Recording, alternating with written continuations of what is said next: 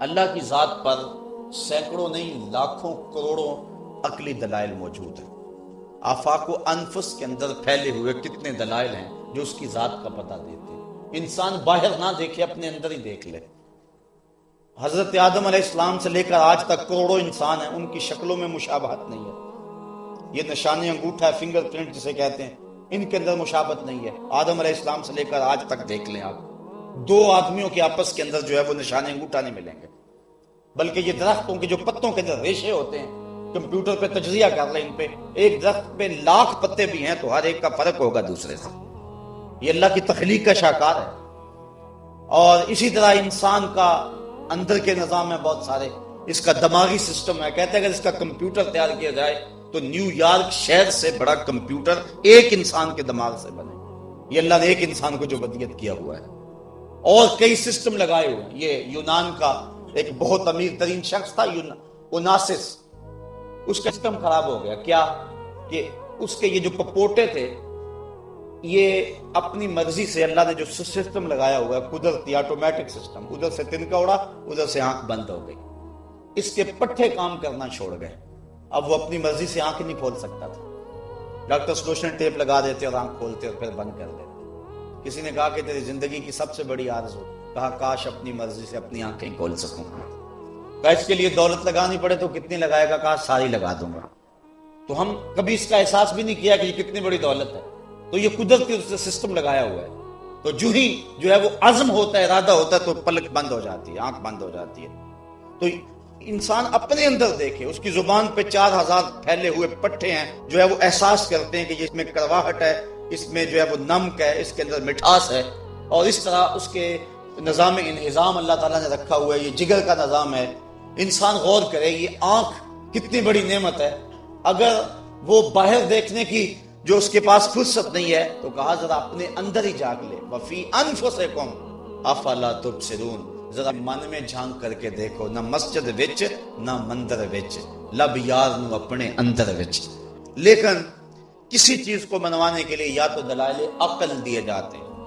اس کی میں سادہ مثال دوں گا۔ میں کہوں کہ باہر بارش ہو رہی ہے، آپ تو میرے سامنے بیٹھے ہوئے ہیں اور یہاں تو ایسا ماحول نہیں ہے، میں اپنا یہ دعویٰ آپ سے منوانا ہے کہ باہر بارش ہو رہی ہے، تو میں کس طرح منواؤں گا؟ دو طرح کے دلائل ہیں، ایک تو عقلی دلائل، منطقی دلائل، اور ایک قانون شہادت۔ عقلی دلائل وہ جس طرح کہ میں نے یہ پیش کیے، تو میں کہوں کہ یہ دیکھو یہ شخص ابھی آیا ہے، اس کے کپڑے بھیگے ہوئے ہیں، اتنی گرمی تو نہیں ہے کہ پسینے سے بھیگ جائیں، اور پھر یہ حال میں آیا تو یہ کپڑوں سمیت ہی غسل کر کے تو نہیں آیا، تو یہ دلیل ہے اس بات کی کہ باہر بارش سے یہ بیچارہ بھیگ آیا تو بارش ہو رہی ہے۔ یہ عقلی دلیل آپ کے کسی گوشے میں آ جائے اور آپ اس کو تسلیم کر لیں اور میرے دعوے کو تسلیم کر لیں۔ لیکن یہ ممکن ہے کہ وہ کپڑوں سمیت غسل کر کے آیا، ایسا بھی ممکن ہے۔ تو جس کو میں نے عقل سے بنوایا اس کو توڑا بھی جا سکتا ہے، وہ شخص انکار کر دے کہ ایسا نہیں ہے تو بات ختم ہو جائے گی۔ تو کسی شے کے وجود کو منوانے کے لیے ایک تو عقلی دلائل دیے جاتے ہیں، دوسرا کیا ہے کہ قانون شہادت۔ میں کہتا ہوں کہ بعد بارش ہو رہی ہے اور یہ میں نے عقلی دلیل دی کہ یہ شخص دیکھو اس کے کپڑے بھیگ، آپ نے تسلیم کر لیا، میرا موضوع ختم ہو گیا۔ لیکن آپ اگر تسلیم نہیں کرتے عقل پہ، آپ کہتے کہ نہیں ہم نہیں اس بات کو مانتے، تو میں کیا کروں گا؟ میں آپ میں سے کسی شخص کو کھڑا کروں گا جو معتبر ہوگا، اور اس کو کھڑا کر کے کہوں گا جناب آپ بتائیں باہر بارش ہو رہی ہے؟ وہ کہے ہاں جناب بارش ہو رہی ہے۔ آپ کا فرض کرو ماننے کا پروگرام نہ ہو تو آپ کہیں ہم اسے بھی نہیں مانتے، تو میں کیا کروں گا؟ میں دوسرا آدمی کھڑا کر دوں گا، آپ کو وہ گواہی دے گا، آپ کہیں کہ ہم اسے بھی نہیں مانتے، میں تیسرا آدمی کھڑا کر دوں گا، آپ کہیں میں اسے بھی نہیں مانتا، تو میں کیا کروں گا؟ جب جس کو بھی میں کھڑا کروں آپ انکار کرتے چلے جائیں تو میرے پاس ایک ہی حل رہ جائے گا کہ میں اس موضوع کو چھوڑ دوں گا کہ آپ ماننے کو تیار نہیں۔ عقلی دلائل دیے، آپ نے تسلیم نہ کیا، میں نے گواہی دلوائی، آپ نے تسلیم نہ کیا۔ اللہ کی ذات پہ عقلی دلائل لاکھوں نہیں کروڑوں ہیں، اور گواہی کے طور پہ 1,00,000 کئی ہزار نبیوں کی گواہی اس کی ذات پہ موجود ہے، اور سارے ایک ہی بات کہہ رہے ہیں، اور اتنے لوگوں کا ایک نقطے پہ متفق ہونا منطق کی زبان کے اندر متواتر کہلاتا ہے، اور متواتر کا انکار عقل نہیں ہو سکتا ہے۔ مثال کے طور پہ اگر کوئی یہ بات کہے کہ پاکستان کے خطے میں ایک شہر ہے کراچی، تو لوگ اس بات کی گواہی دیتے ہیں کہ وہ شخص دیکھ بھی آئے تو اس کے یقین میں اضافہ نہیں ہوگا، اس لیے کہ اتنے لوگوں کی خبر اور اتنے لوگوں کا ایک بات کہنا، اس کا انکار ہو ہی نہیں سکتا ہے۔ اس کو کہتے ہیں متواترات۔ اللہ کی ذات پر ایک نہیں، 1,00,000 کئی ہزار نبیوں نے گواہی دی، اور ہر نبی اپنے دور کا معتبر شخص تھا۔ لیکن قوم کا انکار اگر نبیوں کو نہیں مانتی، کہتی ہے لست مرسلا، ہم تجھے نہیں مانتے، تو پھر کیا حل ہوگا؟ تو ذرا میں آپ کو منوانا چاہتا ہوں کہ باہر بارش ہو رہی ہے، لیکن آپ اس کا انکار کرنا چاہتے ہیں۔ میں 10 20 50 گواہ کھڑے کیے، انہوں نے گواہی دی، لیکن آپ نے انکار کر دیا۔ میں سمجھوں گا آپ ماننا نہیں چاہتے، تو میرے پاس ایک ہی حل ہے، اور وہ کیا؟ توجہ اس پہ چاہوں گا، وہ یہ کہ میں وقتی طور پہ اس موضوع کو کلوز کر دوں گا، ختم کر دوں گا، کہ آپ تو ماننے پہ نہیں ہیں، ضد میں آ گئے۔ تھوڑی دیر کے بعد باتوں باتوں کے اندر میں آپ کو حاجی صاحب کے بارے میں پوچھوں کہ ان کے بارے میں آپ کی رائے کیا ہے۔ آپ کو بھول گئے، وہ موضوع جو ہے وہ چھوڑ دیا گیا۔ آپ کہیں یہ ہمارے شہر کی زینت ہے، ہمارے علاقے کا وقار ہے، ایک معتبر ہستی ہیں، آپ ان کے بارے میں بہت کچھ کہہ سکیں، میں آپ سے وہ لکھوال بھی لوں، آپ اقرار بھری بزم میں کر بھی دیں ان کے بارے میں، پھر ان کے بعد میں کہوں جناب آپ ذرا 2 لمحوں کے لیے زحمت کیجئے اور باہر دیکھ کے آئیے کہ بارش ہو رہی ہے کہ نہیں ہو رہی، یہ جائیں اور دیکھ کر کے آئیں اور پھر یہاں کھڑے ہو کے گواہی دیں۔ اب آپ انکار کرنا چاہیں بھی تو میں تو نہیں مکرنے دوں گا آپ کو، چونکہ میں نے ایسے شخص سے گواہی دلوائی ہے کہ جس کا اقرار میں نے آپ سے پہلے لے لیا ہے۔ میں نے جس کو بھی کھڑا کیا آپ نے انکار کر دیا، میں نے جس سے بھی گواہی دلوائی آپ نے کہا نہیں مانتے ہم، تو میں نے اس بات کو مختصر کیا، چھوڑا، اور میں نے پھر ان کے بارے میں پہلے پوچھ لیا، اور جب انہوں نے گواہی دی تو پھر آپ انکار کرنا چاہیں گے تو اصولاً انکار کر نہیں سکتے، انکار کریں گے تو آپ جھوٹے کہلائیں گے، میں سچا کہلاؤں گا۔ اللہ نے ہر نبی بھیجا، قوموں نے کہا لست مرسلا، ہم نہیں مانتے، جب تجھے نہیں مانتے تو تیرے دعوے کو کیسے مانے، تجھے نہیں مانتے تو تیرے رب کو کیسے مانے۔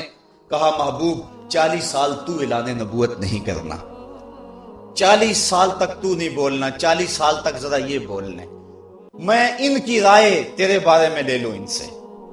اب انہوں نے صادق بھی کہا اور امین بھی کہا کہ نہ کہا۔ لوگ کہتے ہیں 40 سال حضور کو پتہ ہی نہیں چلا کہ میں نبی ہوں یا نہیں۔ میاں یہ تو حوصلہ ہے نبی کا کہ 40 سال بولتے نہیں۔ آج کوئی منسٹر بن جائے، کوئی ناظم بن جائے، فائرنگ کر کے جب تک پورے محلے کو بتا نہیں لیتا اتنی دیر تک اسے چین ہی نہیں آتا۔ لیکن میں قربان نہ جاؤں محمد عربی پہ کہ سر پہ ختم نبوت کا تاج سجا ہوا ہے، 40 سال تک بولتے ہی نہیں، 40 سال تک نہیں بولے ہیں، جبکہ فما کنت نبیا وآدم بین الروح والجسد، نبی تو میں اس وقت بھی تھا جب آدم علیہ السلام کا خمیر تیار ہو رہا تھا، لیکن 40 سال نہیں بولے ہیں۔ کیوں؟ اس لیے کہ اللہ کی ذات کو منوانا مقصود تھا۔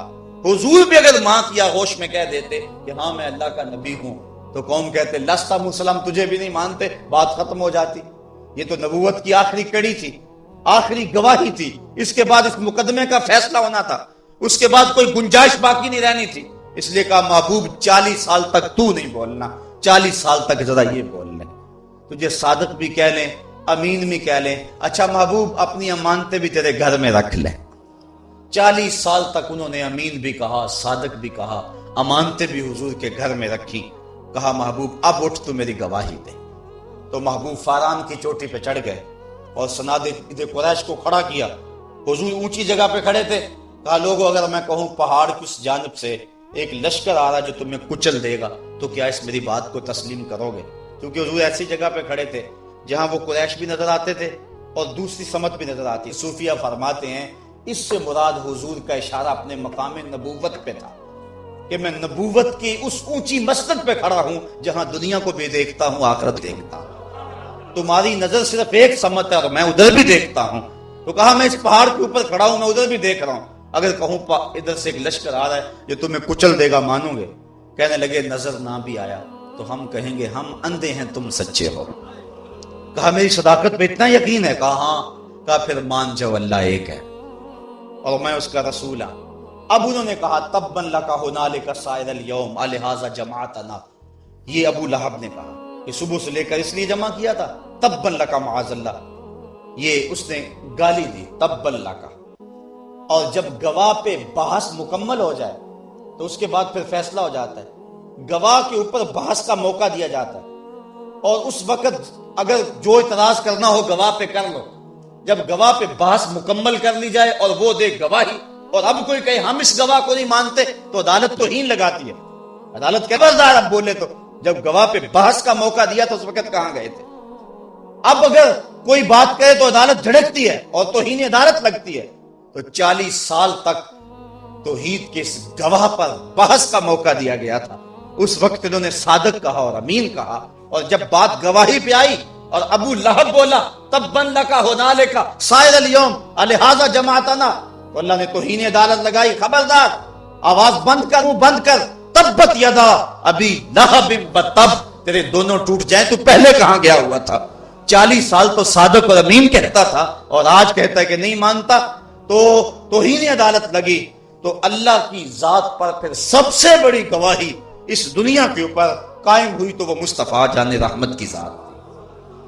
آفاق کے گوشے گوشے میں اس کی ہستی کے پھیلے ہوئے ہیں، عقل سلیم اس کا انکار نہیں کر سکتی، سارے نبیوں نے اس کی صداقت کی گواہی دی، لیکن وہ گواہی جس گواہی کے بعد کسی اور گواہی کی گنجائش بھی نہیں اور پچھلی ساری گواہیوں کی تصدیق ہو گئی، وہ گواہی ہے محمد عربی صلی اللہ علیہ وآلہ وسلم۔ بلکہ باقی جتنی بھی گواہیاں تھیں نا اللہ کی ذات پہ، وہ تھی خاموش گواہیاں، صامت، اور حضور کی گواہی، حضور اللہ کی ذات پہ دلیل تھے، ناطق، بولنے والی دلیل۔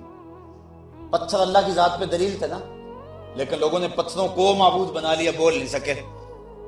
درخت اللہ کی ذات پہ دلیل تھے نا، درختوں کو لوگوں نے پوجنا شروع کر دیا، بول نہیں سکے، اور ہم تو اس کی گواہی دینے آئے، تم ہمیں پوچھ رہے ہو۔ چاند، سورج، ستارے، یہ اس کی ذات پہ دلیل تھے نا، لیکن لوگوں نے چاند کی پرستش کی، اجرام فلکیہ کی پرستش کی، سورج کی پرستش کی، لیکن انہوں نے نہیں کہا کہ ہم تو میاں اس کی گواہی دینے آئے ہیں اور تم جو ہے وہ ہمیں پوچھ رہے ہو۔ لیکن جب دلیل ناطق آ گئی تو جو گونگے تھے ان کے منہ میں بھی زبان آ گئی۔ درخت کو لوگ پوچھتے تھے، درخت نے کبھی نہیں کہا تھا کہ مجھے کیوں پوچھتے ہو۔ ادھر حضور کی انگلی اٹھی اور قدموں میں آ کے سلامی دے رہا ہے اور گواہی دے رہا ہے، رب کی بھی دے رہا ہے، اس کے رسول کی بھی دے رہا ہے۔ پتھر ہیں ابو جہل کی مٹھی میں، لیکن گواہی مصطفیٰ کی دے رہے ہیں۔ وہ لے آیا نا مٹھی میں ابو جہل، کہنے لگا آپ اگر اللہ کے سچے نبی ہیں تو بتائیں میری مٹھی میں کیا ہے۔ یہ تو ابو جہل بھی جانتا تھا کہ جو نبی ہوتا ہے وہ پوشیدہ چیزوں کو جانتا ہے، اس لیے اس نے کہا تھا بتائیں نا میری مٹھی میں کیا ہے۔ تو حضور نے مسکرا کے کہا میاں میں بتا دوں یا مٹھی میں جو ہے وہی بتا دے؟ اچھا مجھے یہ بتاؤ، حضور کے لیے تو وہ پتھر پوشیدہ تھے اور حضور کے لیے تو پتھر غیب تھے، لیکن ان پتھروں کے لیے حضور غیب نہیں تھے؟ جو رکاوٹ حضور کے راستے میں ان پتھروں پر تھی تو ان پتھروں کے راستے میں تو وہی ہاتھ کی رکاوٹ تھی، لیکن نبی کی توجہ ہوئی تو پتھروں کے اندر بھی غیب آ گیا، نبی تو پھر نبی رہا ہے نا۔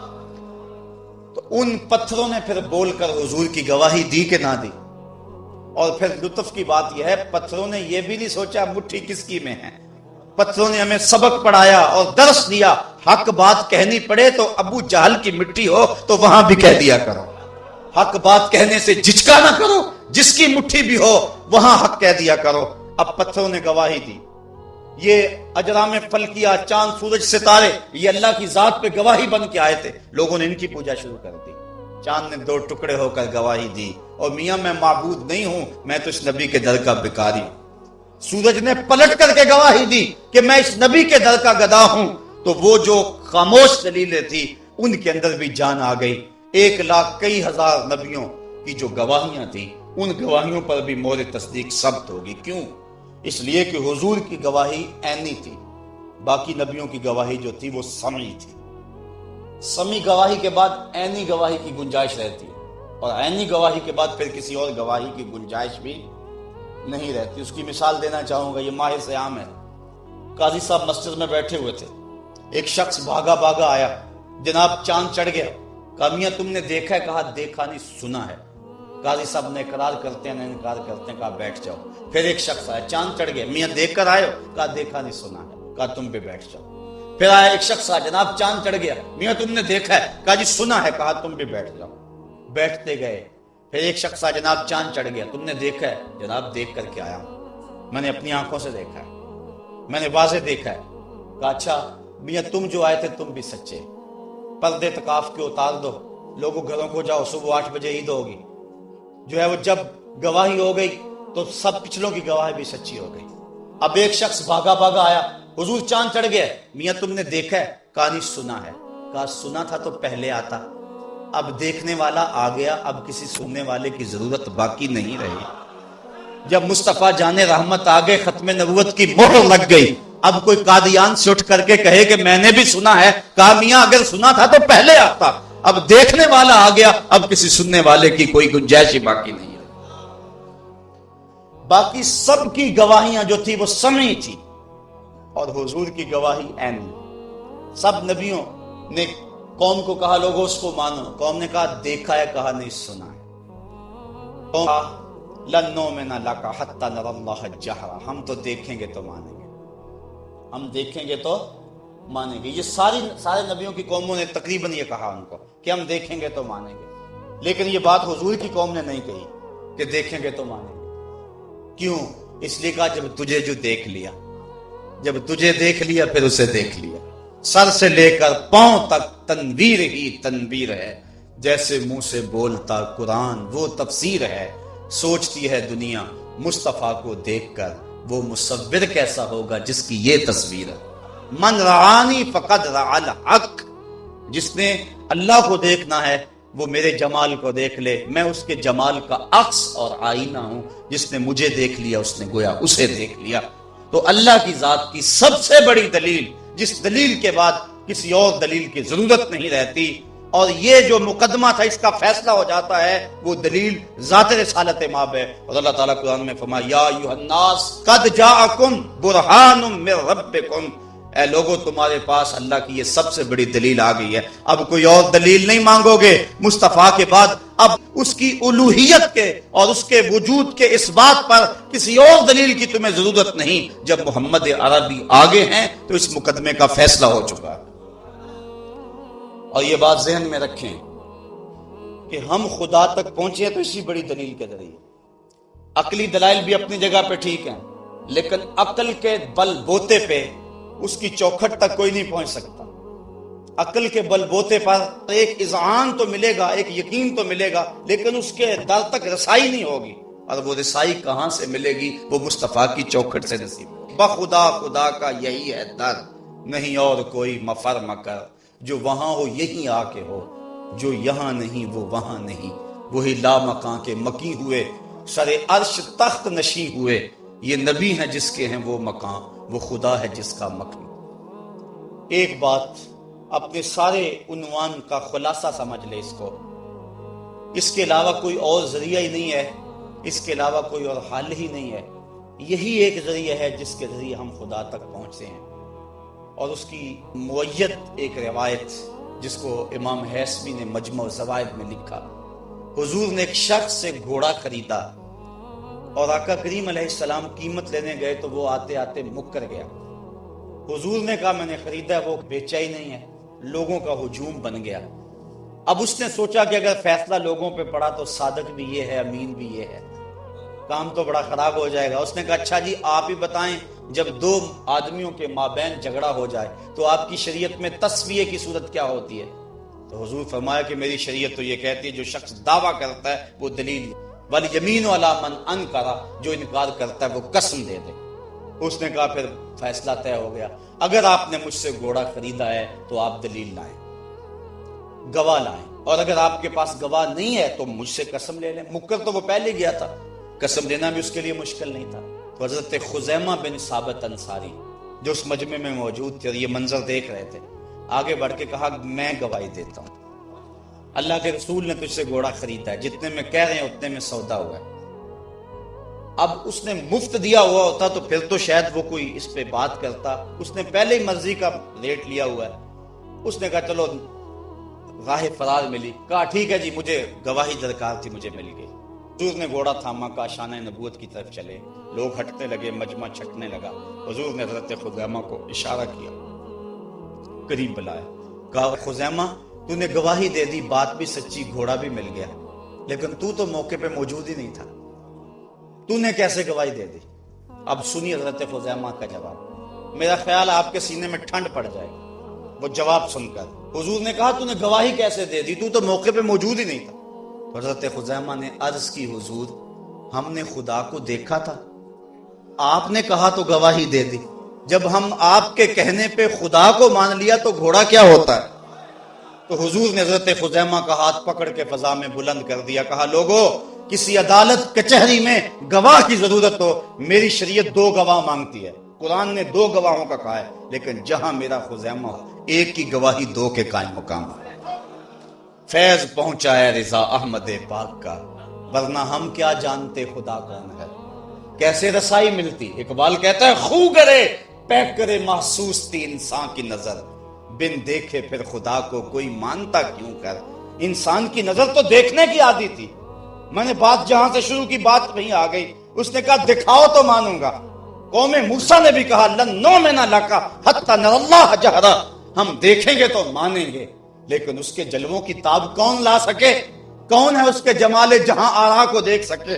ایک تجلی صفاتی کا پرتو طور پہ پڑا تھا تو طور برقرار نہ رہ سکا، تو یہی بہتر ہے کہ وہ پردے میں روح پوش رہے۔ وہ اگر پردہ اٹھا دے تو کسے ہوش رہے؟ تو کوئی ہوش تو برقرار رکھ نہیں سکتا۔ تو کہا کہ پھر دیکھنا بھی ہے مجھے، تو پھر کیسے دیکھیں؟ کہا مجھے تو نہیں دیکھ سکتے، میرے شاہکار کو تو دیکھ سکتے۔ اگر مجھے دیکھنا ہے تو میرے محمد کو دیکھ لو، جس نے میرے محمد کو دیکھ لیا اس نے رب محمد کو دیکھ لیا۔ حضرت امام محمد بن حسن الشیبانی، یہ امام اعظم ابو حنیفہ کے شاگرد ہیں، بڑے خوبصورت، باطن کا نور الگ۔ بصرے میں یہودیوں نے مناظرے کا چیلنج کیا، امام محمد بن حسن گئے، گھوڑے پہ سوار ہیں، سر پہ امامہ، جسم پہ سنت کا جامہ، داڑھی کا کالا حالا اور چمکتا ہوا چہرہ۔ امام محمد جب آئے نا تو مسلمان بھی کھڑے تھے، عیسائی بھی کھڑے تھے، یہودی بھی کھڑے تھے، 2 یاروں میں نہیں کر رہے تھے۔ جو ہی ان کا گھوڑا آیا، وہ جو مناظرہ کرنے آیا تھا اس کے لبوں پہ کلمہ جاری ہو گیا، اے لقائے تو جواب ہر سوال، حل شود ہر مشکلت بے کیل و قال، تیری ملاقات ہی سارے سوالوں کا جواب ہے۔ اور اقبال کا یک نظر کر دی وہ آداب فنا آموختی، وہاں خنک روزے کہ خاشا کے مرا وا سوختی۔ نظر کی جولانیاں نہ پوچھو، نظر حقیقت میں وہ نظر ہے، اٹھے تو بجلی پناہ مانگے، گرے تو خانہ خراب کر دے۔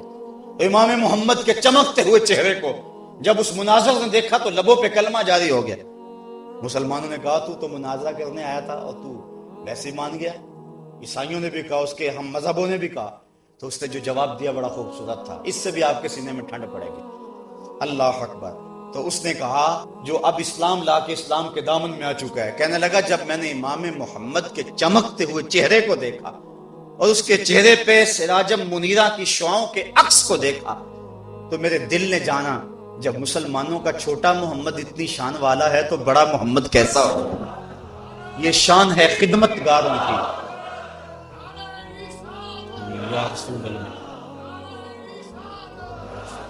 یہ شان ہے خدمت گاروں کی، سرکار کا عالم کیا ہوگا۔ جنہوں نے امام محمد کو دیکھا وہ میرے آقا محمد تک پہنچے، اور جنہوں نے مصطفیٰ جان رحمت کو دیکھا وہ خدا تک پہنچے۔